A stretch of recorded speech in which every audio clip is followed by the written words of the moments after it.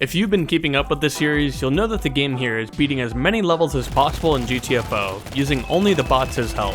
It's a sort of test to see just how capable they are, since they could never achieve the same results as actual players, especially without exploits. Unfortunately, it involves a lot of carrying from me.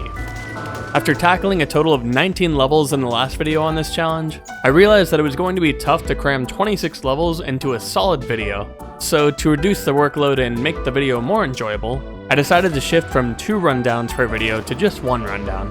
I also want to really focus on the challenges in each level. Previously, I tried to evenly cover each level, but that fell flat when it came to the easy stages, and the harder levels suffered as I felt they went over their given time limit. I'd love some feedback if you like it or don't like the changes, but I feel confident in saying it should be way more enjoyable for everyone who watches. If you want a quick breakdown of my strategies, I'm using the Hell Auto Pistol and Scattergun. The former stuns enemies very easily, and the latter kills them easily, albeit with a max ammo of 16 shells. Hackett holds on to the Bio-Tracker, and equipment generally leans towards 2 health sentries and Seafoam, but sometimes I change that to either 3 turrets or 1 mine deployer, Seafoam, and a turret. As for the bots' guns, I change them around between some combination of these weapons, but the higher the gun damage, the more friendly fire hurts. You feel me? Anyways, I gave more thorough breakdowns in part 1 and 2, but this is part 3, so join me in the second half of my journey to complete as much of GTFO as possible by my lonesome self, starting with R5A1 Floodways. Here we go.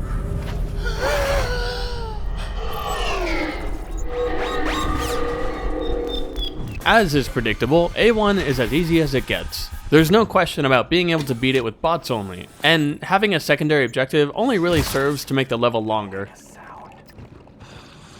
I don't even know where you were. You didn't get that off. I kind of wish I had the spear. I don't like the hammer. It is worth pointing out another pathfinding issue with this particular asset. For some reason, this iron curtain here completely removes their ability to place mines on this side of the door. Weird.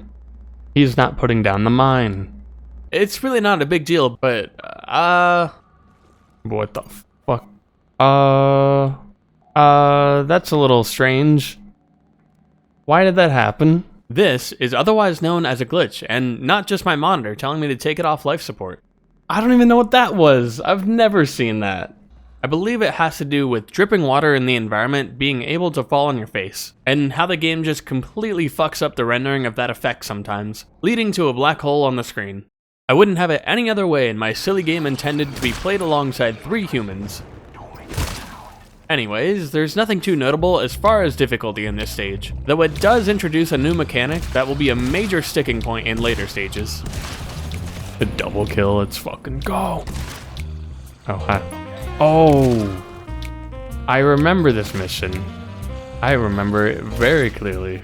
These are cocoons, and they indicate respawn zones whenever you find them. The conditions for enemies to respawn are that your whole team needs to be 2 rooms away from the affected zone. You can strategize around this by having 1 person stay behind to keep the room from respawning, as you'll usually have to backtrack to that zone eventually. However, most of the time, the developers will use team scans to force you to move away from the zone, subsequently respawning everyone. Besides that, the bots will always follow me anyways, so unless I purposefully down the bot in the respawn zone, everyone will respawn no matter what in my circumstance. Alright, yap session over. Oh wow. Did you just get him through the floor? That was insane, dude.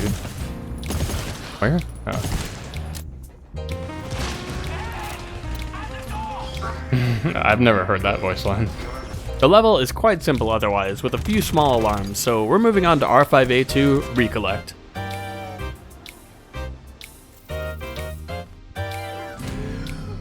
Let's go.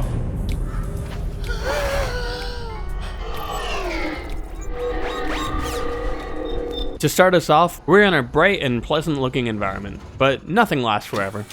Yo, it's the facility. I like this place. With 3 objectives, it might seem like a long mission, but they're essentially just checklist objectives, with a bit of shooting between each of them.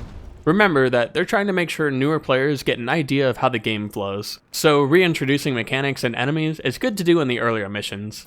Better yet, the secondary objective, being just a terminal command, introduces a new enemy. one that was not originally in this level. The Snatcher. Colloquially known as the dog, he does what all dogs are known to do and sprout tentacles from his stomach to ensnare you. Yeah, you're gonna want to put that dog down. He has some weird armor properties similar to the tank and mother. However, in this case, you deal 1/5 damage to the armored regions, whereas the tank and mother only take like 1,000th of the damage. The scattergun works just fine against him, as one shot stuns him and the second usually kills him. And about the tentacles, after a brief roaming period, he'll begin hunting for a player. If he manages to catch said player, he'll deal 17 damage over time as he runs somewhere else to deposit you. His role as an enemy is quite unique as a disruptor and wildcard, especially when team scans are involved. However, when you know he's coming, he loses a lot of his surprise factor inherently. As for how the bots interact with him, well, he simply never targets them. It makes encounters extremely straightforward for me, as I only need one scattergun shot to stop him. Anyways, the lights have been knocked out as a result of the terminal command. But the difficulty of this stage mostly lies in the last part. Our main mission is to pick up this cargo. Once we grab it, it'll start an error alarm. Subsequently, the overload objective door opens and only then can we explore it. It's one big room with one hard drive to collect and one mother defending her babies. A mother and 4 prisoners walk into a bar. The bartender asks what they want to drink, but the mother simply screams.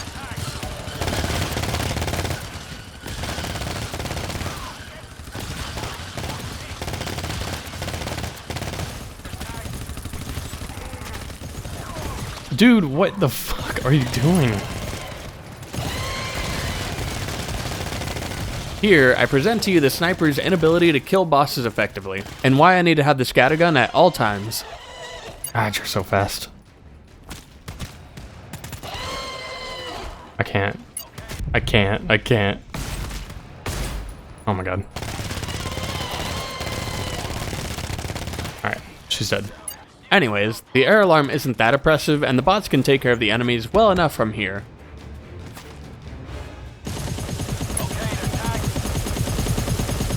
Do you think he's hitting his target? Do you think he hit his target?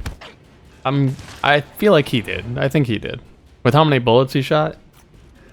Fucking insane. Like, they just shoot past walls that they can't see through. It's sniped, bozo.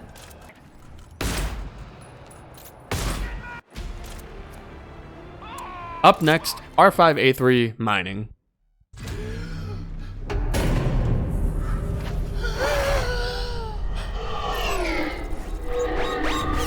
The main set piece in this mission is this new room with 3 terminals in it.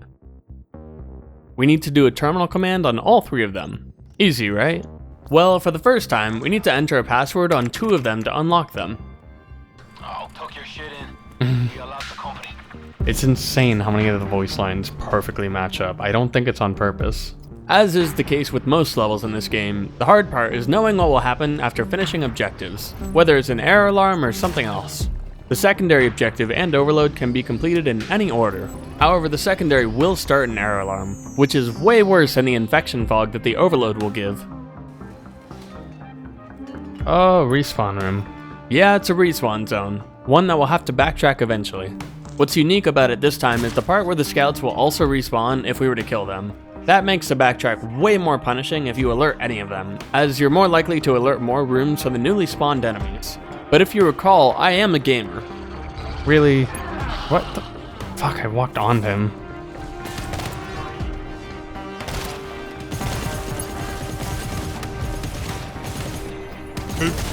Oh, hi.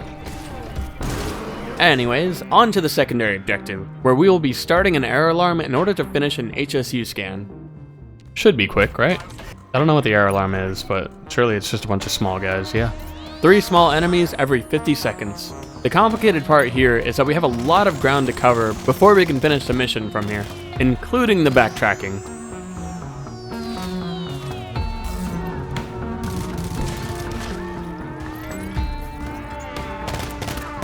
We have to open the main objective with a bulkhead key that I definitely didn't forget initially. I didn't get the key. Oh my fuck. Dude, I didn't get the key. Forgot. I fucking forgot. Of course I did. Why wouldn't I forget the key? Yep. Okay. Dumbass. A Class 5 diminished alarm blocks the way forward, and here is where I'll give a small explanation, a diminished explanation if you will, of the alarm that is diminished. It spawns less enemies, usually small ones, but more frequently. The main difference in strategy comes from the fact that they'll spawn from several different places, forcing you to defend from more angles. Otherwise, it's not that noteworthy as far as difficulty. Looking for two terminals in a large zone can prove to be the most intense part during the error alarm, as the zone is filled with enemies that you'll undoubtedly wake up. Did I fucking... oh my god, I did see that right.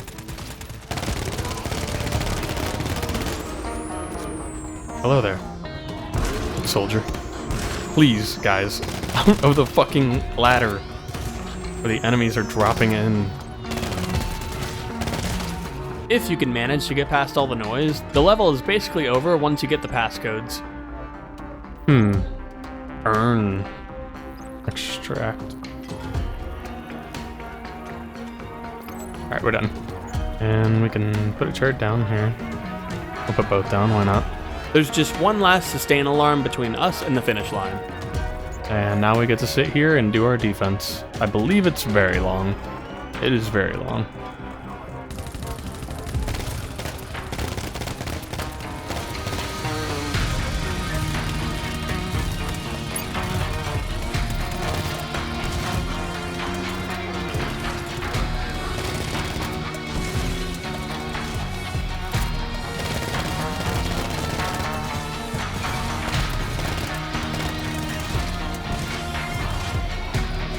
Why do you have to keep running in front of my bullets, dude? God damn.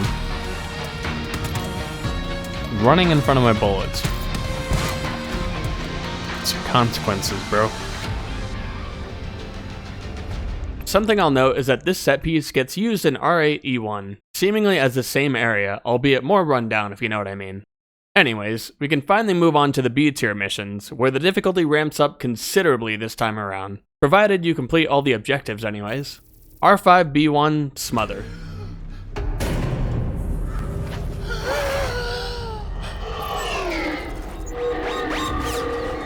Oh boy, this level. I would say this level gave me the most trouble back in the day, and it also gave me trouble replaying it. Dude, you guys... oh no, not the last wave. Ah. Let's get into it, shall we? The main objective starts like most others, a bit of sneaking and an alarm. It's the part where we need to find an HSU during a unique error alarm. The error alarm begins with the door to said HSU. It will spawn 2 big chargers every 45 seconds until we can find the HSU. Oh, hi. It's a large zone, so usually you have to spend a few minutes searching, but on 2 of my attempts, I got extremely lucky and found it in the first minute. It should be clear that this is not the hardest part of the mission, however. Oops. Kevin's like, no, you touched my friend! Moving to the overload objective, a process made far longer due to this big-ass zone, we have a very unique reactor startup to get through. The layout is extremely simple, consisting of a hard-to-defend-in reactor room, the funny long bridge, and the spawn area for the enemies. Each wave is about 1 minute, with 7 waves in total. This would be relatively easy to deal with, but the enemies are sent extremely fast and hard. As the only player in this circumstance, I have to play around that fact. The bots are just bad in situations where we have to be quick. Holy shit. Oh, we're so dead. Not quite. Thankfully, there are some strategies we can make use of. The first one is using the shotgun turret and 2 Hell auto sentries.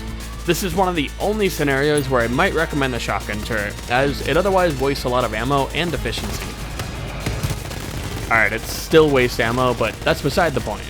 Every wave is extremely dense, and once we get to the 4th wave, chargers and big chargers enter the fray. This is where most runs will die if you can't time your shots perfectly. The bots tend to not shoot enough to stun big chargers consistently, and if you happen to be reloading your BFSG, you get rolled or your bots lose all their health.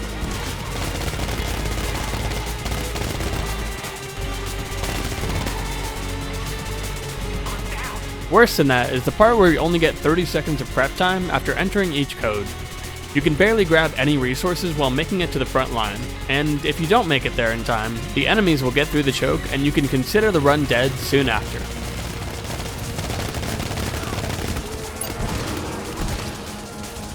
Dude, you guys... Oh no, not the last wave. Ah, fuck. So intense, I should have just ran up. I spent a few attempts doing this part of the mission, but if you can maintain a tight defense alongside the bots, you might just win the mission.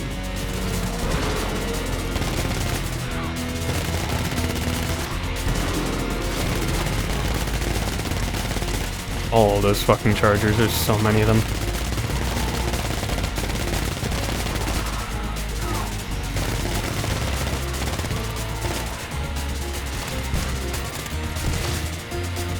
And that's all. If you're trying this godforsaken challenge, my only other recommendation is that you figure out where the health packs are by pinging them, and then you'll wait to open those particular lockers until you need the health. This way, the bots won't heal damage as they're taking it, wasting precious time not shooting. There is still a secondary objective, and it can be quite dangerous with a number of big chargers and infection fog. However, if you've managed to do the overload objective, these blood doors should be the easy part. But the bots are capable of anything, so good luck is all I'll say.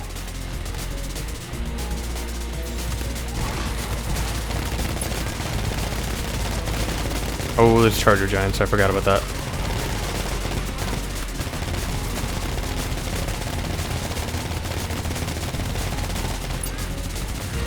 Holy fuck, there's so many.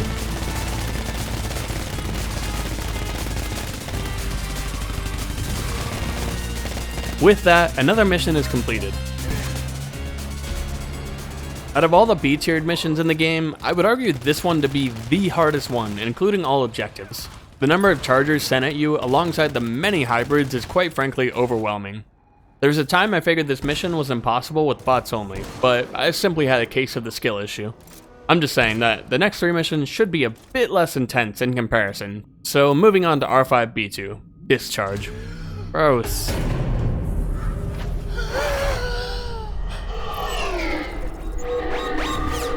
Alright, I said this wouldn't be that hard in comparison, but it's very difficult in its own special way. And by special, I mean error alarm. There is an error alarm, of course. Why did that just happen? What the fuck? I didn't pull out my gun. Oh, my mouse wheel is unlocked. I can't talk. It's so fucked. When considering bots only and prisoner efficiency, R5 honestly has some of the hardest B-tiered missions. So let's get into it. With the main objective being to collect items throughout a few zones, we start with some room clearing.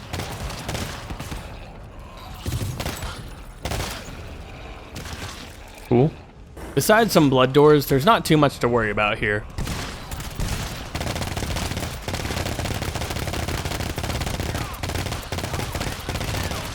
We then move on to the secondary objective, where 2 terminal uplinks await, and they're relatively tame at that.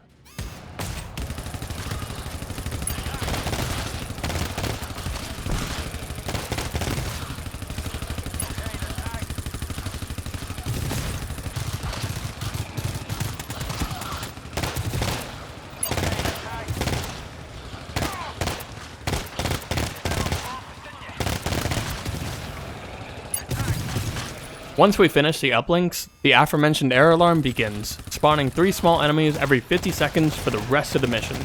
It's relatively tame, all things considered, but we still have an overload to complete, and it's completely submerged in infection fog. Okay, the audio is bugging. Why? Why is it bugging? They fucking spawned like instantly. Stop with the choppy audio. The way the level is designed, we wouldn't have been able to start the overload before doing the secondary objective, unfortunately. This is what makes the mission so hard, despite the fact that they give us a fog turbine, since I have to carry it the whole way if I want to avoid infection. Then there's a class 4 alarm down here, one that I didn't have fog repellers for, unfortunately, but I did restore the audio momentarily. There we go, I can hear bullets again. It's not gonna last for long, but... Right, it makes everything fucking loud. I forgot about that. Oh god. The overload objective is to collect some OSID vials throughout 3 zones, so the name of the game is to clear every room as fast as possible, since the error alarm will inevitably wake up some enemies anyways. What a oh my fucking god, there's so many enemies. Get out of the way, dude! What is your problem? What is your problem? I wanted to hit that juicy fucking shotgun shot. Kill him!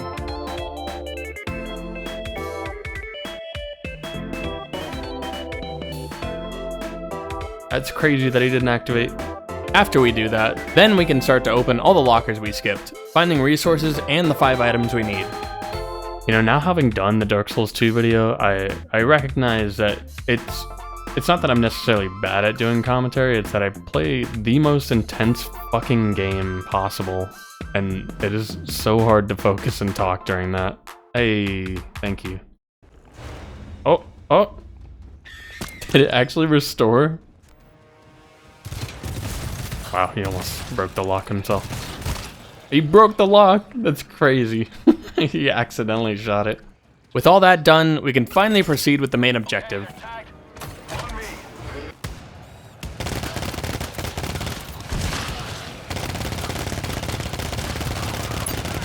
The way that the GLP canisters are split up here forces us to find at least one in this zone, while looking for a cell to unlock the next zone. Pushing my luck, I found 2 in here, leaving just 1 to find in the next zone. After plugging in the cell, we just have 1 more class 4 alarm to deal with. I'll just point out that I was very low on ammo here, so I needed to be fast.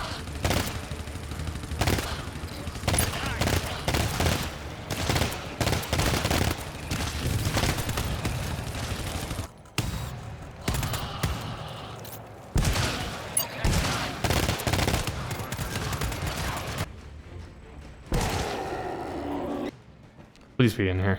Yes. We're leaving. We're out, boys. Whatever. And we're good. Yikes. What a fucking crazy stage. Isn't that right, boys? And that's that level completed. It's a level that takes a bit of luck and a lot of map knowledge to know where you're going. I died a number of times when I first encountered this stage, so don't be surprised if you end up in a similar camp. This camp is a big one though, encompassing R5B3 Unseal.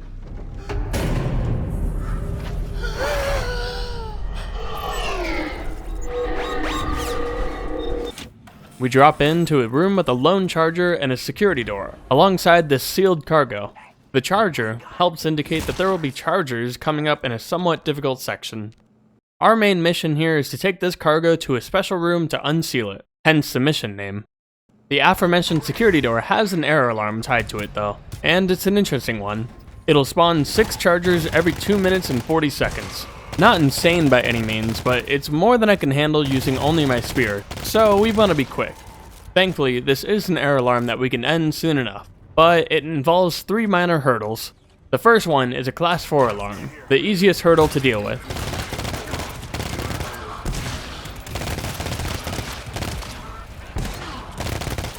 Guys, get off of that. Oh my god, I don't know what he's fucking trying to ping, but I can't ping it for him.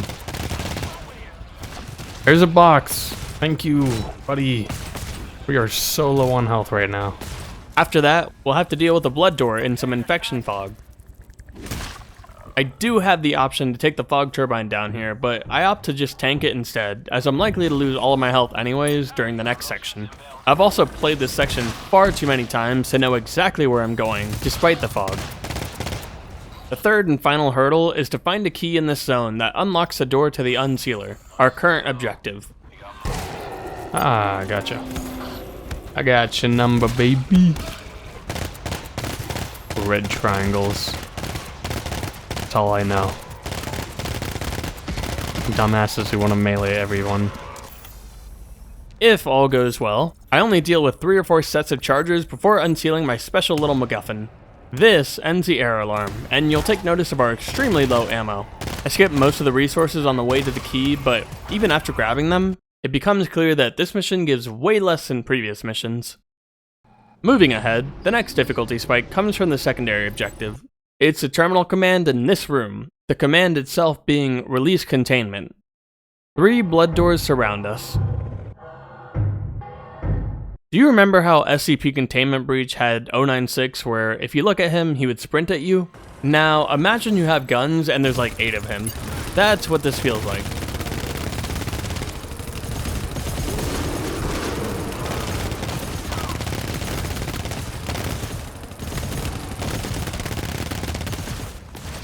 Dude, fucking kill them, please. No. In addition to the hybrids coming from the opposite side of the room, there is also a tank who approaches from the stairs leading up here. The absolute priority is the big chargers without a doubt, and it's actually the second mission I might recommend bringing a shotgun turret to alleviate the pressure.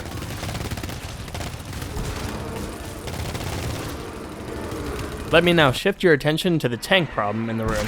This one spawned from the 3rd blood door in here, but after we kill him, we'll have at least 2 more to worry about due to the ongoing alarm.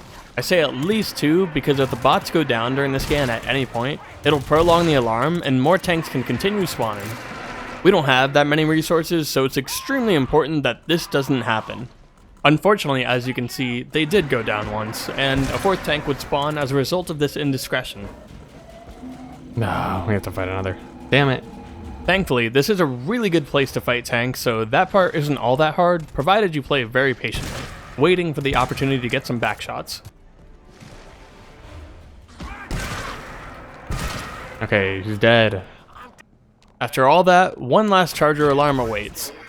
This alarm is somewhat difficult due to the awkward room layout, but it's also got a nasty trick up its sleeve, one that I distinctly remember killing me a long time ago.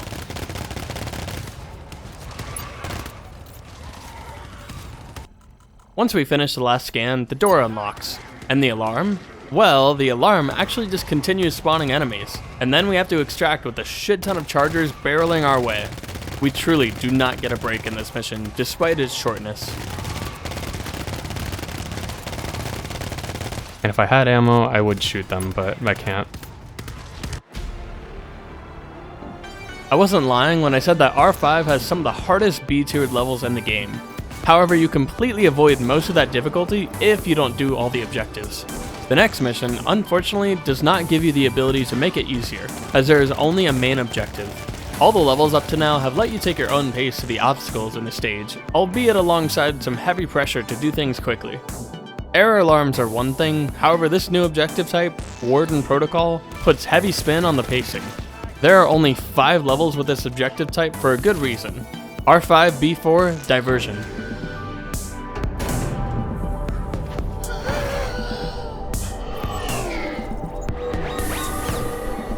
Dropping in, we're immediately presented with a small timer. The bots, being incapable of reading, do not understand the imminent threat posed by this timer. To cut to the point, everything that happens during a Warden Protocol is scripted, for the most part. Think of it as a much more complex error alarm, where certain enemies will be spawned at specific time intervals. The only input we have is where we fight the enemies, though thankfully this is a B-tiered mission for a reason. Starting off, only 10 enemies spawn every minute, though this changes throughout the mission, and I'll show the list of events on screen real quick.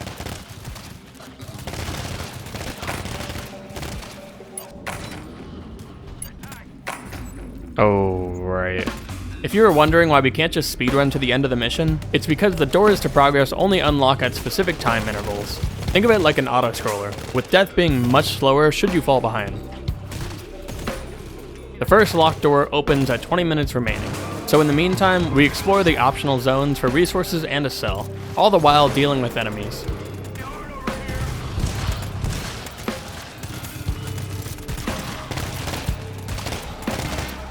Once we hit that threshold, we get back to the door to open it as the infection fog begins rising behind us. For the first time since R5A2, a Snatcher is also sent our way. Being alongside a bunch of enemies, this one might catch you off guard even when you know he's coming.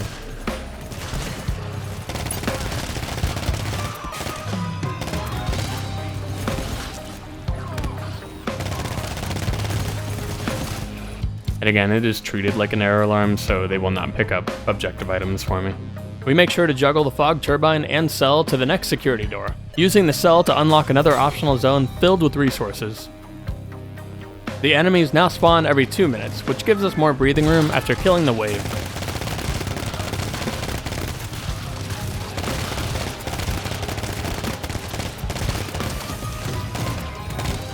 Alright. And we're good. My only real recommendation, if you're taking this challenge on, is to simply stay stocked up on ammo. I mean, it's always the most important resource, but given the fact that there's a limited amount of enemies here, it makes killing them way more impactful than before. I got a shot for you, baby. As I was decision making, I ended up overstaying my welcome in the resource zone, and it almost cost me the mission.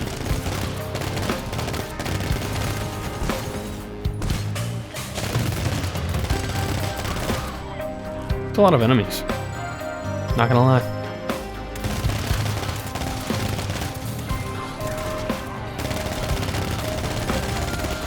They're gonna start going down. I think this is kind of suicide.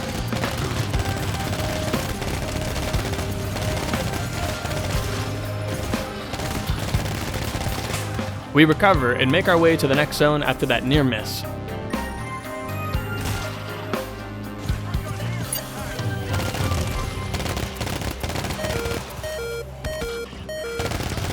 I feel like some of the blame falls onto me.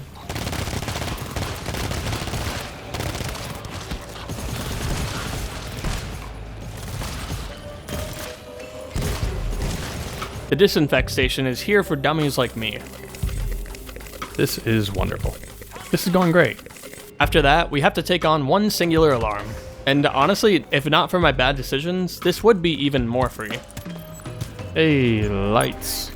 It is integral that you grab resources from the zone that needs a cell, as otherwise you'd be very low on ammo here.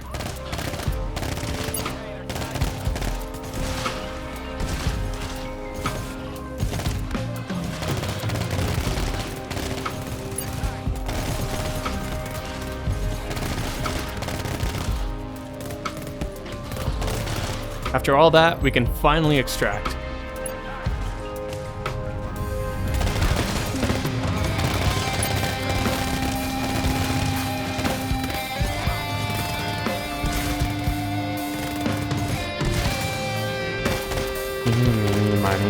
Catch it.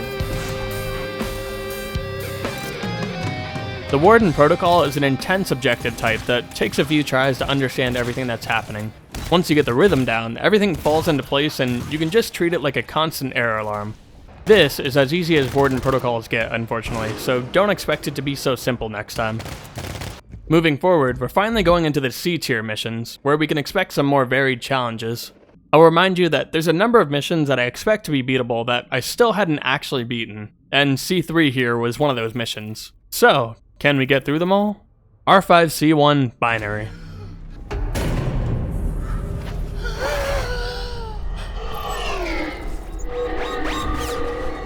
Look, we're in the waterways here. I kinda like this environment more than the others, but it does have some interesting pathing, to say the least. The premise of this level is centered around respawn rooms and resource management. To that point, before we can even get out of the first zone, there's a large sustain alarm that's designed to drain your resources. As far as my usual strategies, shooters present a huge problem in this circumstance. With relatively short-range weapons, I can't go out of my way to kill them like I usually would, and the bots aren't big on shooting them either. The turrets do a lot of work here in dealing with them, but I can only hope that if you're taking on this challenge, that you decide to take better weapons or that your bots are good shots.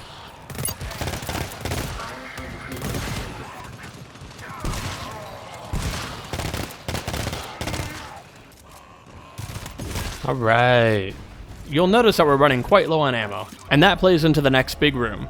Everyone here besides the scouts will respawn, and they're all big enemies, so sneaking is extremely advised, lest we waste more ammo on them.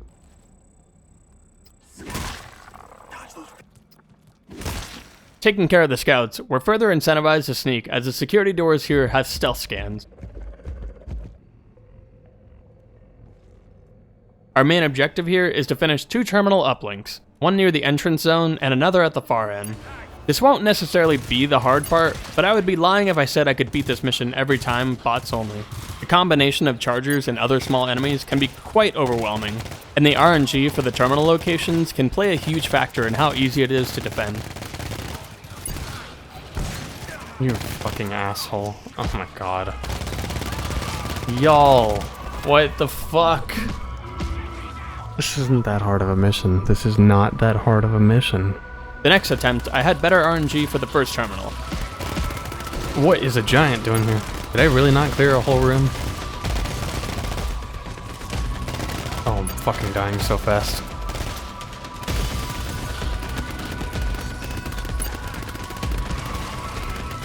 Y'all gotta kill. Kill! If you can make it through the first area, the second area is pretty much an exact replica in format. From the sustain alarm, to the respawn room, to the two zones that could hold the next uplink terminal. The only real difference is that there's a secondary objective door right here. It only unlocks once we finish that second terminal, but as with most terminal uplinks, an error alarm will begin after we finish it. It seemingly starts on a huge delay, which is a saving grace in this case, as it gives us time to navigate the respawn room and clear the first room of the secondary objective.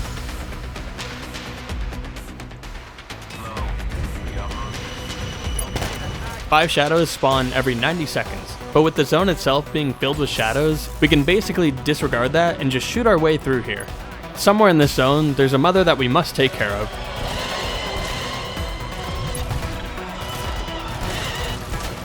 Satisfying. Our goal here is to find a third terminal to do an uplink on. This time, the uplink will be 10 codes long instead of 7, and it'll exclusively spawn shadows. This was my third attempt, and I felt very well equipped to handle the enemies, but I feel obligated to mention that my second attempt had what I would call a technical error. Archaeic was caught behind a closed door across the map, and for some reason, he just couldn't make it through without me opening that door. I figured I could just save time by kicking Archaeic and bringing him back. What I didn't account for was the part where he wouldn't come back. Oh my god. Oh my fucking god. Do you see how it says bots only? And he's not here. Archaeic has the bioscanner. The only way that turrets shoot at invisible enemies, and the only way that I can see them, is with the bioscanner. Come on, guys. Shoot the guns. Oh, there. Yeah, that's it. This is it.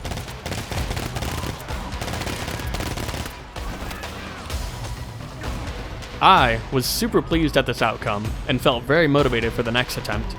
And I've determined it is a major skill issue of mine and nothing else that determined that loss. Back to the winning attempt, where I honestly had a field day handling the uplink. The strategy here was to avoid opening this door next to the terminal, and instead wrapping around the other side and funneling the enemies to us. If they go through this door, the bots tend to melee like crazy, and it can lose you a good run.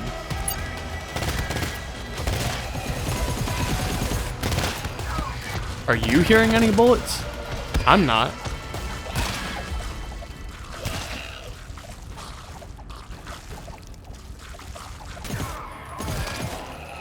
Okay, that's it. That's it. Taking care of the newly spawned big shadows, we make our way through the respawn rooms and extract finally. Go, go, go, go. I hope I'm seeing Toby. We got pings. Few pings, hands off cocks. Go, go, go, go, go. Got a little. Okay, cool. I have ammo. This is a long scan though, I forgot. Fucking good boy. Asshole. Disappearing on me last time. It's not that long of a mission, but it certainly feels like a long one with all the sneaking we have to do. I do envy the thought of playing with real people who can take care of the big enemies silently, consistently. But alas, I am the last person on this humble earth. Having beaten 8 out of 13 missions here, you have to wonder if full clearing a rundown that's not 1 or 3 is possible with bots only. Though I would like to remind you that that's an insane prospect given the E-tiered mission at the end. We'll get there soon enough though. R5C2 Access.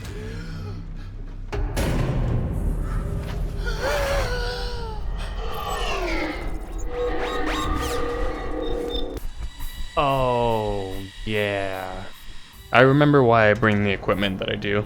For how hard this stage can be, it's honestly a pretty fun stage in my opinion. With 3 objectives, it's also pretty time consuming, and you will most definitely die if you're ill prepared. I brought the seafoam and mines this time around as a result.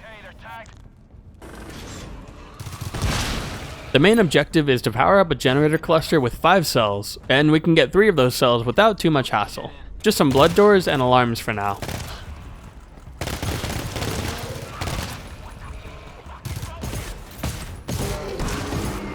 Each cell brings down the fog levels a bit, but if we want to finish that objective, we have to wait until after both the secondary and overload.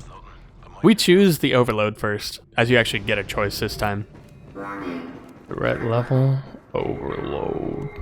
The scenario presented is quite familiar. 1 terminal, 3 security doors. I do love the way this sounds when all 3 security doors open from far away.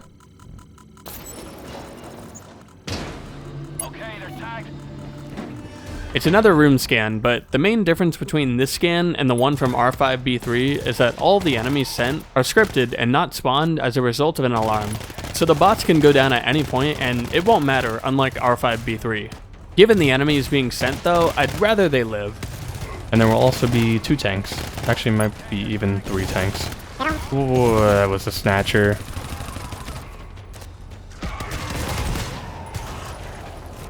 Killed him. And you too. The goal is to survive the horrors, and don't peep the horror. Okay, I made up that last part, but if any of you died, I am not to blame. And we killed him instantly. Nice. That was mostly me, but, you know, props to the bots for not meleeing him. Oh, hey.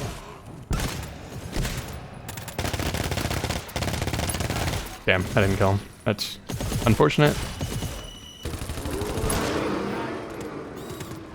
Okay, he's dead. I believe this is the mother. What are you doing?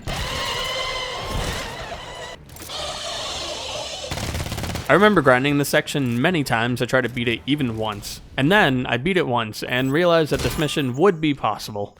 It's good practice, I told myself. The next part is the secondary, and it's a long reactor startup. It's also really hard, but it's not the waves that make it super hard. It's the code searches. Let me set up the scene a bit. Waves 1 through 3 are the usual smalls plus hybrids. Being pushed up to the secondary door is probably the best way to handle the initial waves, but it's nothing we haven't seen yet.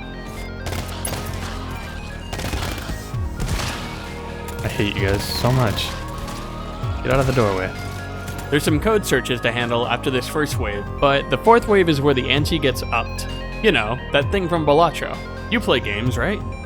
Chargers are sent on this particular wave, and due to the zones behind us being opened up, enemies will also start spawning there. Get out of the fucking way, buddy.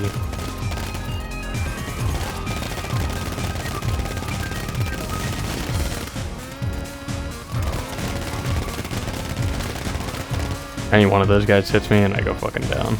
I had a healthy amount of HP remaining, which is perfect for the Class 4 alarm coming up, exclusively populated by chargers. We do some setup with our tools and hope that it's enough to hold them back.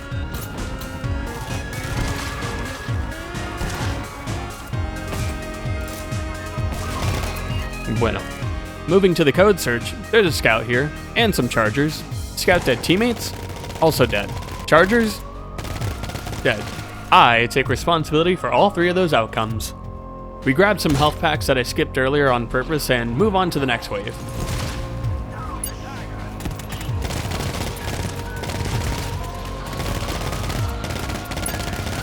More of the same, but the code search here is even better than the last one. We get 5 minutes to find a key through this door, to then be able to search for a terminal through this door. Let's go back to that first door though. Opening it up, I sprint away as fast as possible, because there's a tank in there, and 3 charger giants. It's very dangerous to me, but the bots are none the wiser. Nice, good shot. Okay. Got them all. There's probably better places to kill the tank here, but this feels like it's the closest place I can do it consistently. I got fairly lucky with the way he walked here, but if he turned around at any point, I was probably dead. I need a key, I need a key, I need a key. Key. Go, go, go, go, go, go. It's not a blood door, is it? I don't think it's a blood door. Now to do a blood door with 100 seconds on the clock. Just fucking put a mine, buddy. Holy fuck. Put a mine! Damn. I gotta go. We gotta fucking schmoove, dude.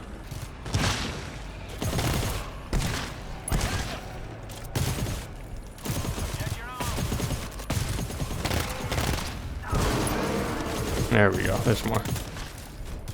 There's 2 terminals in here, and I got extremely lucky finding the correct one first. Otherwise, I would have had to repeat the last wave. Oh, no way, they gave me the terminal. And then there's wave 6, the last wave. They pull some real funny business at the end of the wave.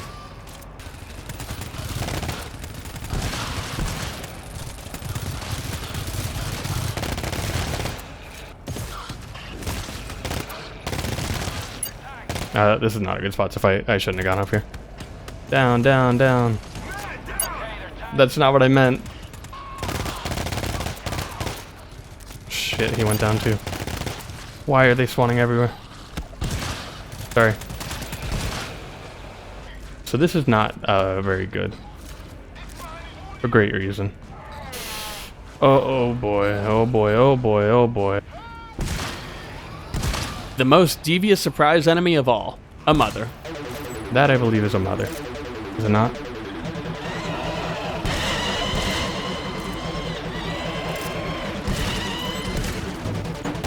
Don't die, don't die, don't die. No, don't kill me, don't kill me.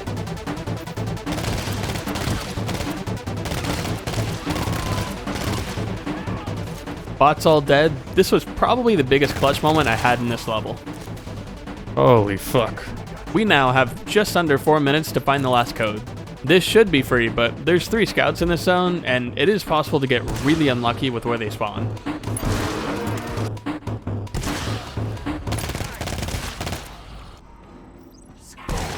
Oh, that was a charger scout too. I didn't know that. It's this one. Nice. You might be able to tell, this is not a mission I want to do over again. Secondary has been completed, and after restocking on resources, we can finally go finish the main, arguably the easiest part of the mission by design. With 2 cells left to find, we can either do 2 class 5 alarms with visible enemies, or 1 class 6 alarm with invisible enemies. Obviously, less enemies is better, and we had the biochecker, so we opt for the latter.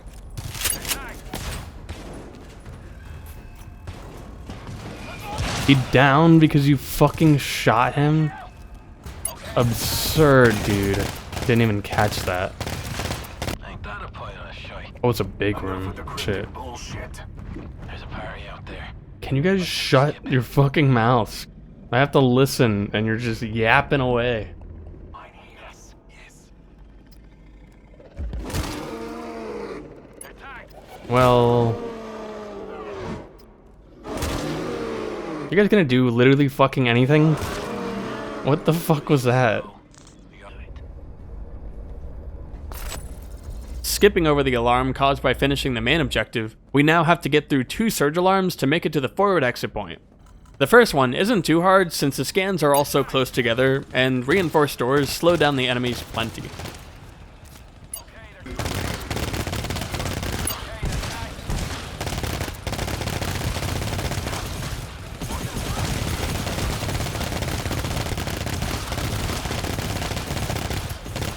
The second alarm was also quite easy due to the combination of mines, seafoam, and the funny hell sentry.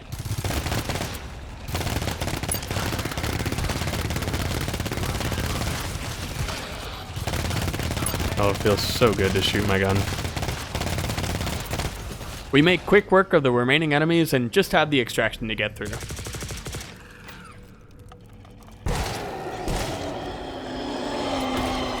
How did that? Okay, good.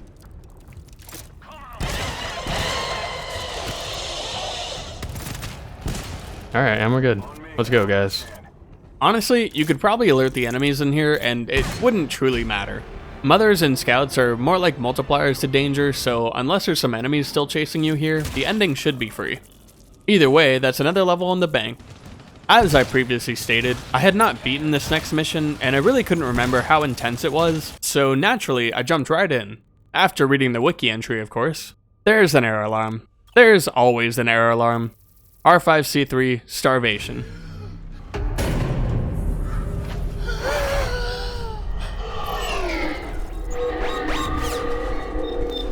As I prepared for what's to come, I slowly remembered how this mission plays out, and also why I figured it might be impossible. Glow sticks, let's fucking go! Oops. Okay, I'll take that. That was my fault. To start out, it technically has a lot of resources, however it's mostly tool refills sadly. This will be the first hurdle in making it through the level. 4 long alarms to clear with only 4 uses of ammo spread between us all. This is if you skip the optional resource zone that has another 4 use ammo, but it also has a class 3 alarm that might be worth skipping. You be the judge on that call. In my autopilot mode, I pulled the first alarm without setting up. Oh fuck, it's an alarm. I didn't even think about it. I just pulled it.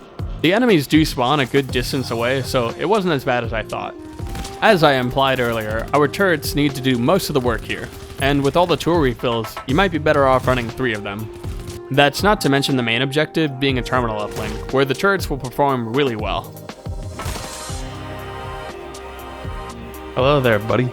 This second alarm is a bit long due to the big orange scans, but it's more of the same. The third alarm is a little more funky, being placed in the middle of a zone. There's a lot more angles for the sleepers to approach from. Opening up specific doors can make this a cakewalk though. Their pathfinding dictates that they have to run through the open doors that are far away from us, and it's conveniently where my turrets are aiming. This is just basic strategy however, and I'm far from the only person to do this, solo or not. And that's all. Okay, we're just gonna let our turrets do the work.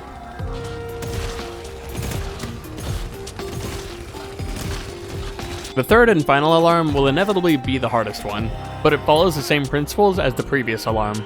Just place your turrets over by this door here, and everyone should funnel through this choke point.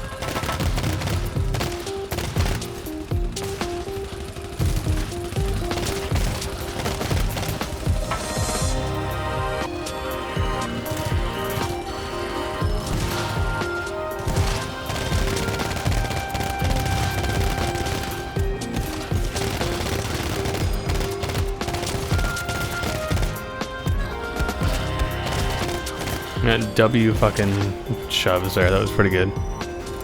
You might be asking if that's the hard part. No. The second hurdle of this mission is a spin on the previous terminal uplink's objective, instead being called an external uplink. This room has a number of terminals. I believe that number is 5. One of those terminals will require an uplink, but instead of just getting the codes slapped onto your face for easy access, we'll be required to go to a specified terminal in this room and open a log for those 6 possible passcodes. Once we know the code we're looking for, I can enter it in and repeat that process 2 more times in this case. In this multiplayer game called GTFO, I have decided to do a solo challenge, which means that all of that work falls upon my shoulders, instead of rationally being assigned to 2 teammates to communicate codes to each other. I didn't even mention the fact that many enemies will be sent our way. Oh, hi. Can you not do that? XO2. ZO2. XO2. Boot. Despite all that, this is doable, but your setup and general luck on which terminals are selected can determine if the run is successful or not. Repeating this for a second terminal, they were set up in less convenient spots, but besides line of sight on enemies being worse, this is probably the luckiest roll I could have gotten. I also preemptively entered some of the commands beforehand, which would allow me to open the logs quicker.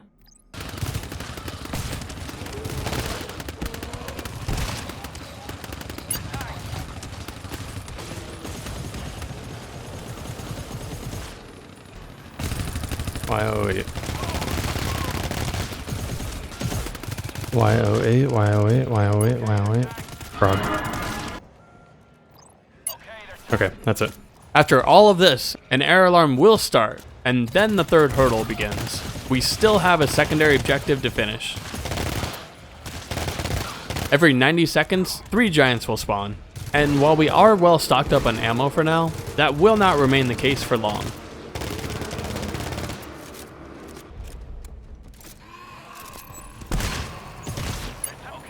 Why are there only these guys in here? That's so mean. As you can see, there's a ton of hybrids in this zone, making my scattergun an absolute necessity.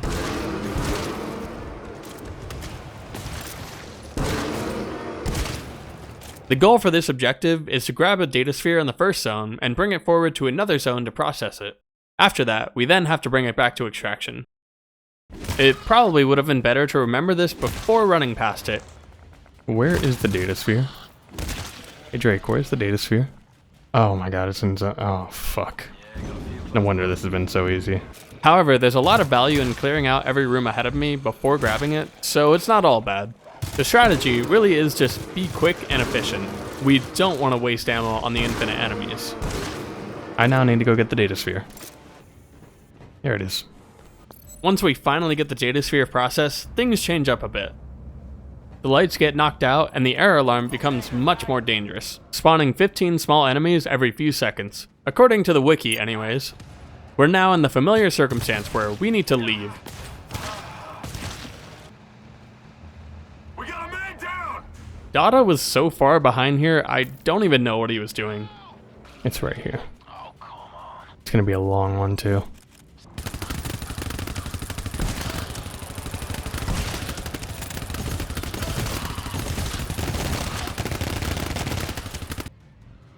Look at all of that.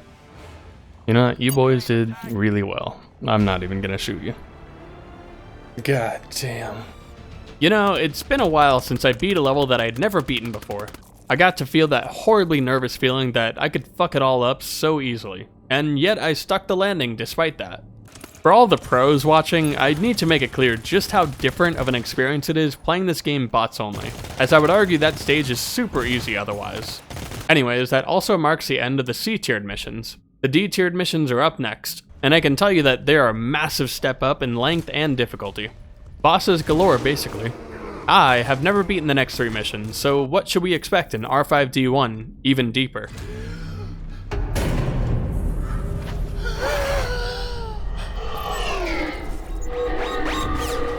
This level is a long and intense level for a myriad of reasons.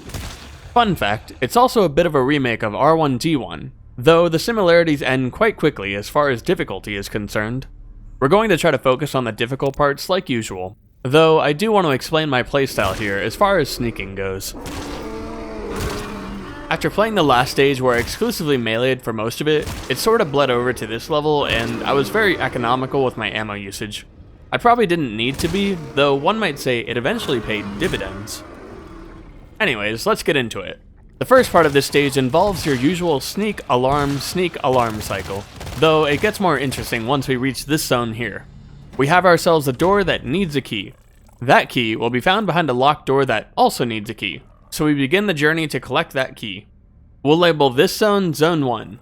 Moving from there, we enter Zone 2, a singular room filled with 2 scouts and a lot of baby strikers. Suspiciously, no mother though. With a bit of patience, we can clear this room out pretty easily. However, neither key I mentioned is in here. Instead, both doors to Zone 3 and Zone 4 are found here. 4 is the locked one with the key behind it, so 3 is up next. It's pitch black in here, and hey, would you look at that? Mother! Okay, and she's dead. She was by herself here, so it's absolutely no trouble, but if you're playing this mission, I would always recommend killing her at some point, as there is an alarm on Zone 4, and that means she might wake up otherwise. Getting the first key, we can unlock Zone 4 and do the aforementioned alarm. It's a long Class 5 alarm with lots of big oranges. The scans were placed in good spots, but Dada wanted to test me real quick. That was number 3, that should be 4.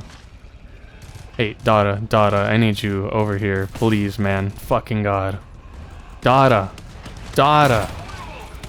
My guy, why are you stuck on the fucking locker? He ran out of ammo because he did that. After clearing the alarm, we finally enter Zone 4 to get the key for Zone 1's door. If ever there was a proper time to sneak and not kill enemies, it's now. Every room here has charger giants, and more importantly, there's a single tank hiding somewhere. He'll be snoozing away, but the charger giants throw a wrench in sneaking, as I cannot consistently melee kill them. I rely a lot on hitting normal giants in the occiput, the head plus back weak spot, but these guys don't have that. Shooting them is effective, but the looming threat of a tank is holding me back. Anyways, we find the key, and the tank wins his game of hide and seek. Back in Zone 1, our new key reveals a very unique alarm classification, Class 3 S Cluster. The S stands for Purple Heptagonal Scan, but Cluster is normally its own type of scan. This room is relatively hard to defend in, and even more so because the purple scans will split into 3 different scans that all take a good amount of time. It's very easy to lose a run here since you need everyone alive to do the scans, and if one bot goes down, it's likely the rest will follow. It doesn't matter how different you're built.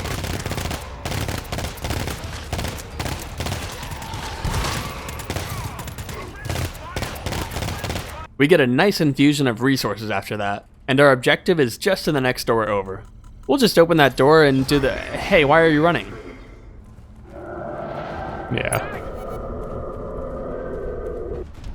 Oh, there's 4 of them. Yikes, we gotta go. They're gonna die. They're so dead. We're gonna wrap them around. I don't know what you guys are fucking doing, but get over here. I'm aware that you're down.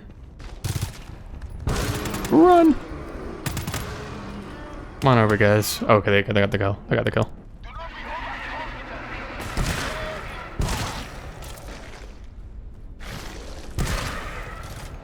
Oh, fuck. Thank you, guys. One of the few times they'll get the kill instead of me. All things considered, I'd say that went pretty well. The objective is a reactor shutdown, and it's probably about the same difficulty as the one from R1D1, as it'll send invisible enemies all the same. But first, the secondary objective. The door to it is right behind the reactor, and it's got a really harsh sneaking segment. This first room might look unpopulated because everyone's invisible. This includes 1 scout, shadows, and big shadows. Oh, and the cocoons, it's a respawn room. It'll respawn the scout as well, so our goal will be to map out a path of least resistance. We will eventually have to backtrack through here. You're fucking kidding me, dude. Need them scan. How did that miss? Yeah, I've got hundreds of hours in this game. I cannot for the life of me hit them consistently. Skill issue, I reckon. Moving forward, we enter a new zone, and minus the scout, it's got all the same features spread across a bunch of rooms, invisible enemies and cocoons. Same as before, we need to map out a path through all the rooms for when we backtrack later. Really, we just need to be patient and not run into the giants.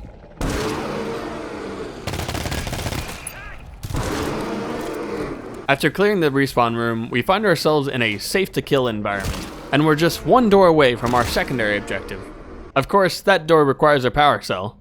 Going to the other door, which has said power cell, there's a Class 6 S alarm. It was so clean that I don't think I need to show it. TLDR, I got lucky. But the strategy goes that I left this door open, causing the enemies to take a longer path. 2 turrets would cover that door while we did scans.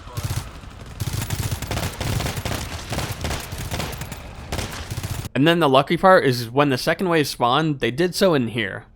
Door breaking works strangely in this game, and if enemies happen to be attacking 2 different doors at the same time, only one takes damage at a time. So hypothetically, they could get door 1 down to its last hit, before RNG dictates that the other door needs to start taking hits.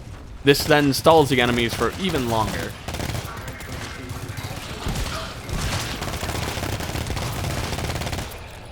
Anyways, we need that cell I mentioned, and it's in this zone filled with joyous encounters. It has chargers, 4 charger scouts, and a tank. With only a few rooms to disperse those enemies in, I had a problem. 2 scouts in 1 room, and no seafoam to single them out. Roll the footage! Maybe I can get the perfect shot. We will see if I can get the perfect shot. Oh my god, I'm such a gamer. I'm so good at this game. God damn.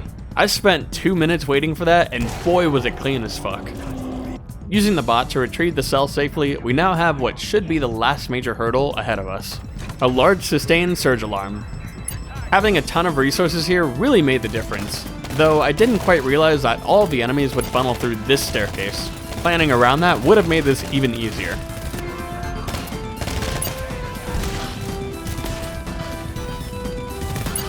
Anyways, big mother time.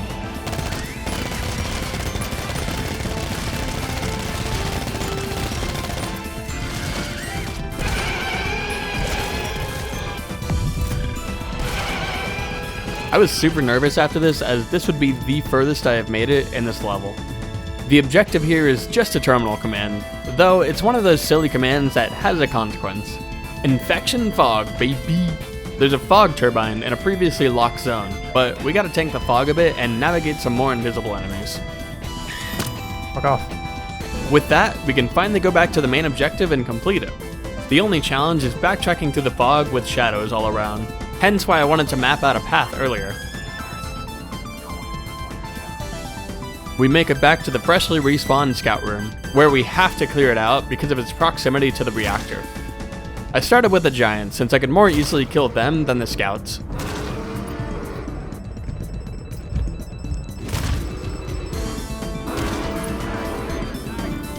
No. We call that unluckers in the business. Yikes. Oh. It's bound to happen.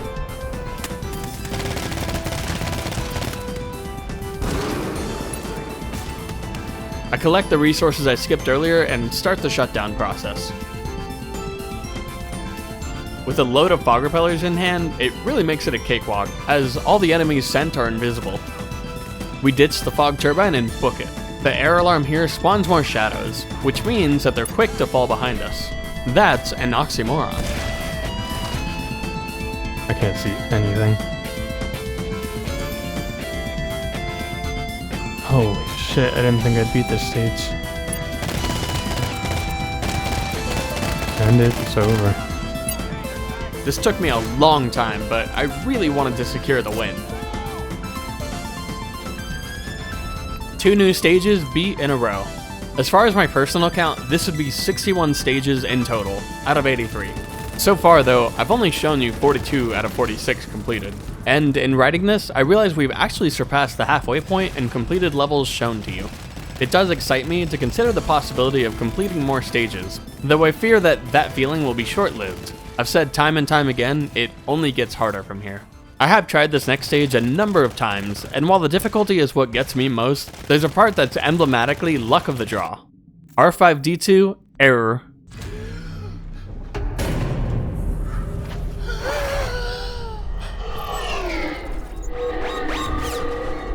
Back to the facility, and it is dark AF. I like the design of this stage, and it begins to show off some of the coolest ideas so far. So let's not waste time. We're only dealing with the main objective here, no secondary or overload. That main objective is a reactor startup. It's right next to the first zone. All we need is a key to get in there. You might ask, well, how far away is the key? Far. The first obstacle in our way is this meticulously placed respawn zone. There's 2 scouts and a bunch of enemies who will all respawn, though surely we won't have to backtrack through here more than once, right? We take note of the scouts' positions and clear out everyone here. There's an alarm in this zone that exclusively spawns big enemies, though it's not very difficult on its own. It's mostly placed there to force you to kill everything in this zone at least once.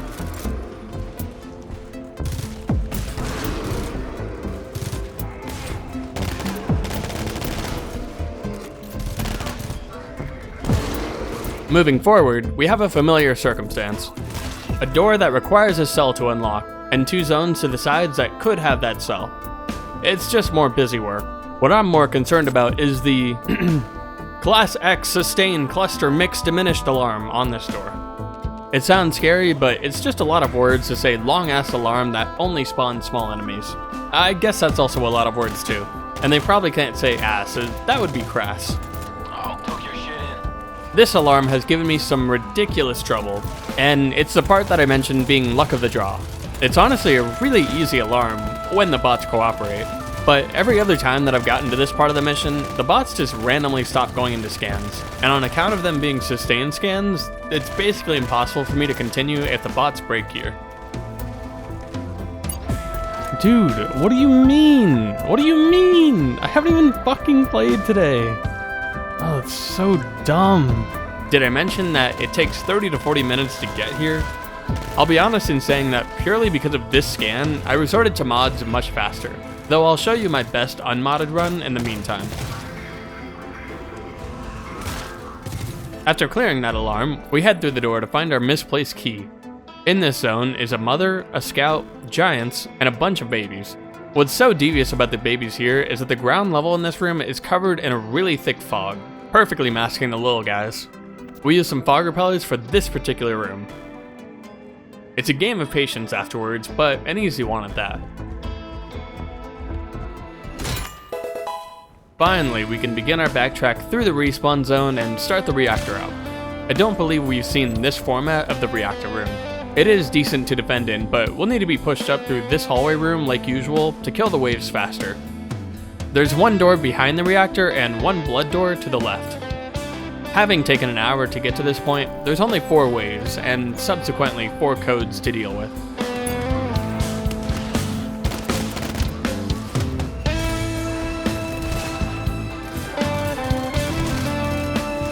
The first code will not be given to us. Instead, it'll be through the blood door I mentioned. We'll be hard pressed to get through this zone by sneaking, especially because everyone is invisible and we only have 4 minutes to find the code. The path is very linear with 2 potential terminals. Depending on which terminal is picked, you might have to shoot a bit more. Made? Okay. Yeah, that's just how this mission goes. Wave 2 is more of the same, but it is notably shorter than the last wave. How foreboding. The next zone to search is right next to the blood door. There's only 1 terminal in here, but it's predictably at the end of the zone. And we only have a minute to find it. Inevitably, you will repeat the second wave, if you can get that far. Y'all, what are you doing? What are you doing? Just fucking standing still. What are they doing? Oh my god. That's the other side to the RNG, but you already knew that. I genuinely don't know what the bots were doing. It's crazy to watch them sit there and do nothing. Literally nothing. Should you obtain the second code, the third wave is the big twist where the level design comes to fruition. The wave duration is 20 seconds. That only begs the question, where's the code we need to find? It's through the respawn zone, of course. It isn't exactly that far away, but considering that every minute 9 small enemies and a hybrid will spawn, it's plenty of pressure to make this section the hardest of the whole level.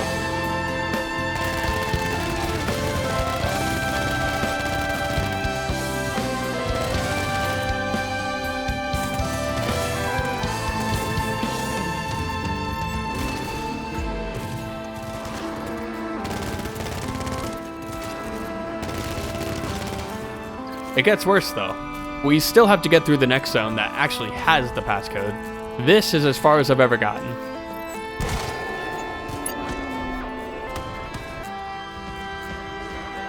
Well, it appears they're all gonna go down. It appears we're all gonna go down, actually.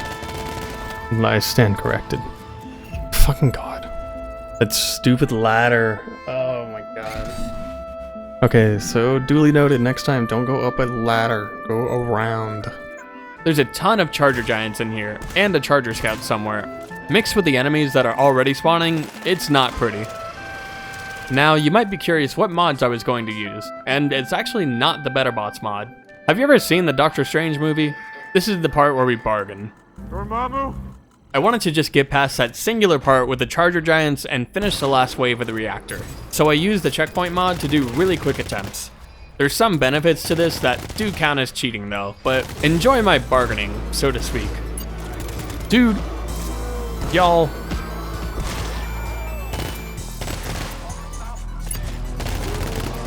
Please keep shooting him, please keep shooting him, thank you. Beat him up. Take his fucking lunch money. Kinda don't give a fuck. Is that it?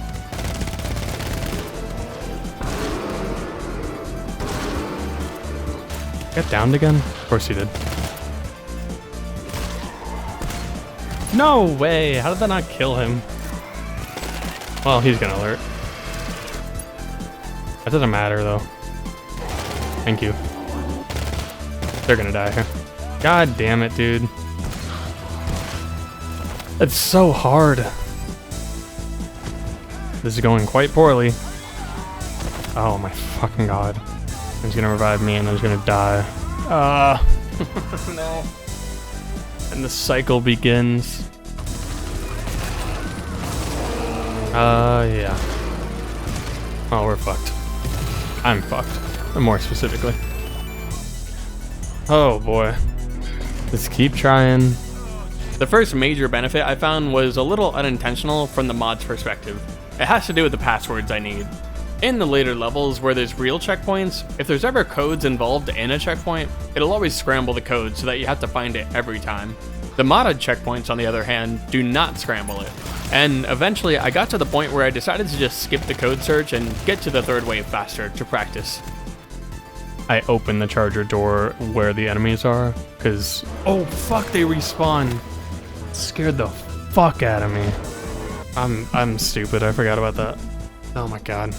That's what I get for cheating.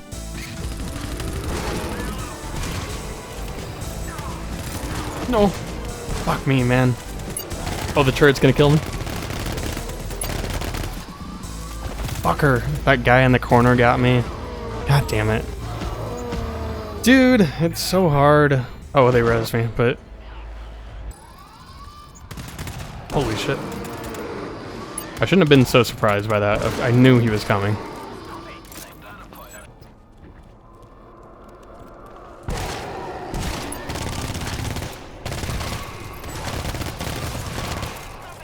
Look at that. Okay.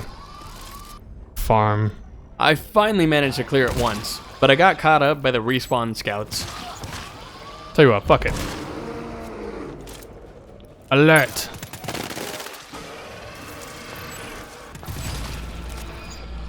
Just use your guns, guys. What the fuck? Come on, I want to get the code in at least once. Oh my fucking god. Come on! I'd been playing for a bit too long by this point, so I just wanted to test the final wave. It's only 15 seconds long. That's weird. We get the last code plastered on our forehead, and we begin moving forward.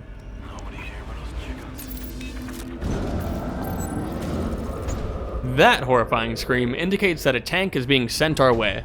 I didn't remember how the ending works, but 3 tanks spawn over the next minute or two. So unless you're confident you can kill them fast, running is the better option. At least that was the advice I read somewhere on Reddit. Is that one of the tanks? Oh, that is one of the tanks.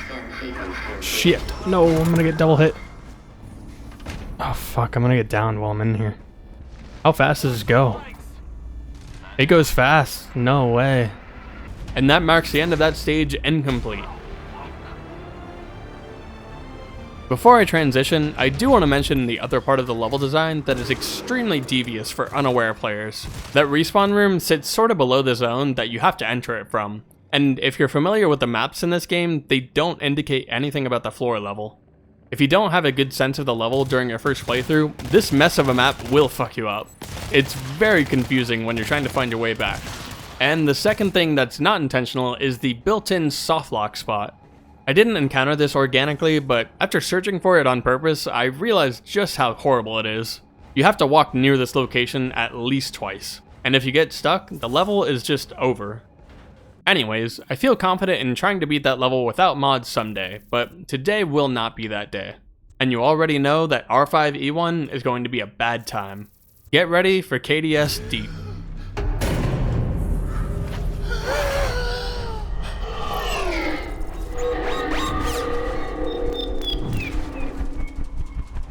The big twist for this E-tiered mission? It green. We start with 100% infection and slowly inch down to the maximum 15 health. No other mission gives you infection off the bat, so mark that as unique to this level. However, you'll notice that the bots, lacking the ability to breathe, have absolutely no infection. That's about the biggest leg up we'll get during this level. While I lose all my health, we need to find a key in the first zone. A key. Thank you, let's go. It's designed to take some time before you reach the first alarm, as by that point, you'll be downed in 2 hits or so. But otherwise, it's the same old sneaking that we're accustomed to. The second zone is an important one, but we'll skip past it for now. I fucking hate that so much. It happens to me every time I play this mission. Through it is the next zone with a class 3 surge alarm to handle. If we were all human players, we'd all be very susceptible to downing. So the bots sort of carry this fight, and I just focus on survival. The hybrids present the most threat, and it's up to RNG whether 2 spawn or a fuck ton spawn. Like most things in this game, luck of the draw decides your fate. This is only the first hurdle and a level filled with them. The next hurdle is predictably right after that alarm. a zone filled exclusively with a ton of giants and 2 scouts. If a scout goes off, all those giants alert, and vice versa. Every scout in this mission exclusively spawns big enemies as an extra fuck you. Oh, fuck. No. No. I mean, it's expected that I won't beat the stage, but this is not the hard part. After dispatching of the many giants, I can talk about hurdle number 3, which is error alarm number 1. The error alarm will spawn 5 strikers every 30 seconds, with the occasional hybrid substitute.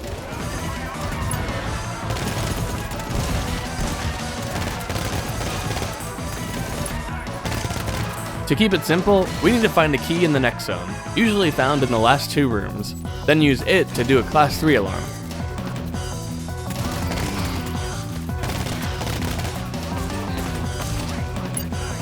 Once we're finished with that alarm, we have to grab a cell for the next zone, run all the way back to the zone I skipped over earlier, plug in the cell, and do another class 3 alarm. This is where I was having a lot of trouble, as the bots would start running low on ammo here, and I didn't exactly have a lot of health. I just kept losing on this part over and over, and then eventually I realized that I needed to take a step back and slow down the pace. In other words, clear the enemies around me before proceeding, and very importantly, grab an ammo pack during the cell search. It did also help immensely to have a booster that gave me more resources.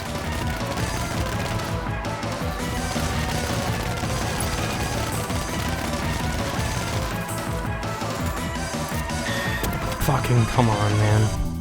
I don't even know where that was. Finally, I managed to clear the alarm and make it to the terminal on this room.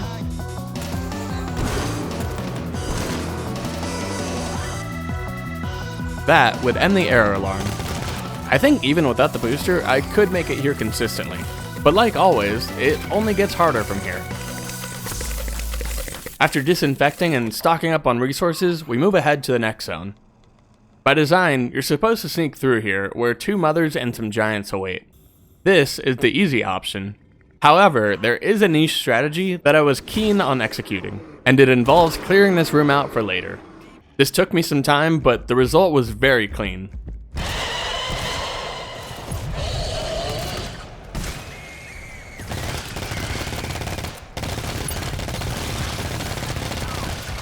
I hate mothers so much. Okay, cool. I got him. In the next zone, we're going to want to do the same thing and clear it out, despite the option to just sneak through here. However, the threat is much worse. Chargers, charger giants, a charger scout, and the cherry on top, a tank. With 2 rooms to separate the enemies, I had to make sure the tank wasn't in this first room with the scout. This was too much to ask of me, and I whiffed badly with the cum gun.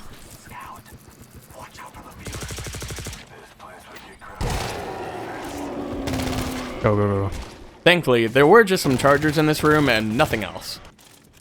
How the fuck did that miss? Like, every single blob missed. That told me that the tank was in the next room alongside some giants.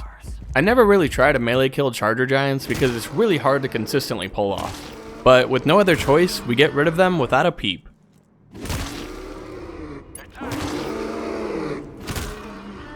Tank time.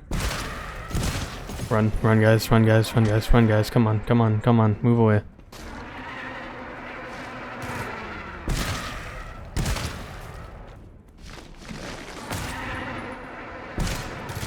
Alright, holy shit. Okay, now with all that done, we can move on to the next zone, where the biggest threat here is the 4 scouts and some hybrids. More sneak killing, in other words. Once we clear out this big zone, flawlessly might I add. Don't touch the feelers. Your call for reinforcements. Why? Man. We have a new challenge to face. Error alarm number 2. Same deal as last time where we can deactivate it eventually, but we'll need a key and some fine execution. 4 chargers every 20 seconds, and every zone we need to travel through will have chargers and charger giants. I think you know where this is going. Anytime we have a situation where we're on a time crunch and chargers are involved, death is usually pretty quick to follow. Anyways, I go loud and bring the sleeping chargers to us.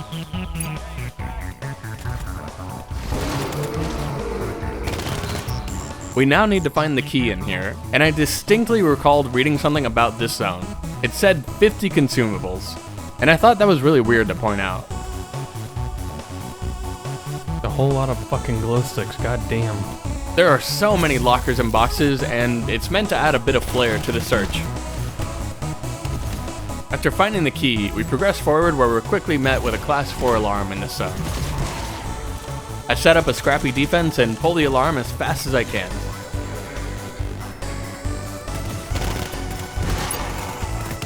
Oh, this is such a juicy shot though. Considering the fog and the chargers and the hectic nature of this mission, it went pretty well. Then the next zone hit, and I made a few silly mistakes.